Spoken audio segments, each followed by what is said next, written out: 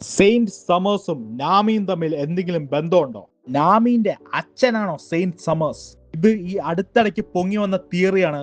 ഈ തിയറിന്റെ മെയിൻ അടിസ്ഥാനം എന്താണെന്ന് വെച്ചാൽ സമേഴ്സിന്റെയും നാമിന്റെയും ഹെയർ കളർ ഒന്നാണ്. രണ്ടുപേർക്കും ഓറഞ്ച് കളർ ഹെയർ ആണുള്ളത്.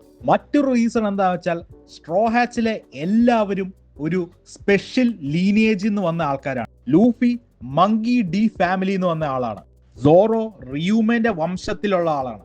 സാഞ്ചി വിൻസ്മോക്ക് ഫാമിലിപ്പെട്ട ആളാണ്. ഊസാപ്പിന്റെ അച്ഛൻ യാസോപ്പാണ്.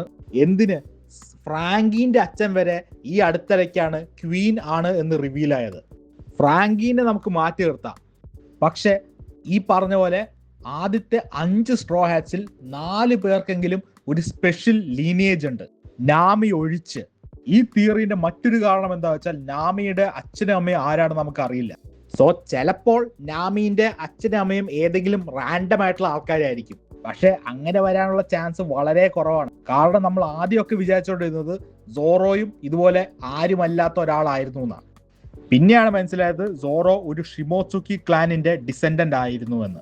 അങ്ങനെ നോക്കുമ്പോൾ നാമിയുടെ അച്ഛനും അമ്മയും അങ്ങനെ ആരുമല്ലാണ്ടാവില്ല. സമേഴ്സ് നാമിന്റെ അച്ഛനാണെങ്കിൽ അതിന്റെ അർത്ഥം നാമി ഒരു സെലസ്റ്റിയൽ ഡ്രാഗൺ ആണെന്നാണ്.